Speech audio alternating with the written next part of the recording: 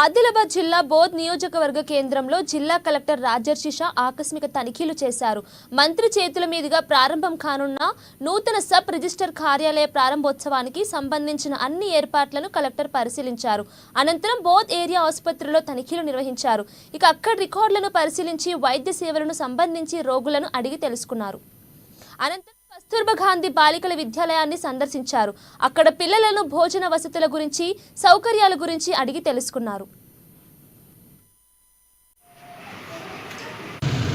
అందరికీ నమస్కారం. ఈరోజు బోధ్ మండల్లో కొన్ని అంశాల పైన ఈరోజు విజిట్ చేయడం జరిగింది. ఇక్కడ తర్వాత సిహెచ్సి బోధ్ కానీ తర్వాత కేజీబీ, ముఖ్యంగా సిహెచ్సి బోధ్కి వచ్చేటప్పుడు అది మంచి సర్వీసెస్ ఇస్తున్నారు, కానీ వాళ్ళు కొన్ని సమస్యలు ఉన్నాయి మాకు పిలవడం జరిగింది.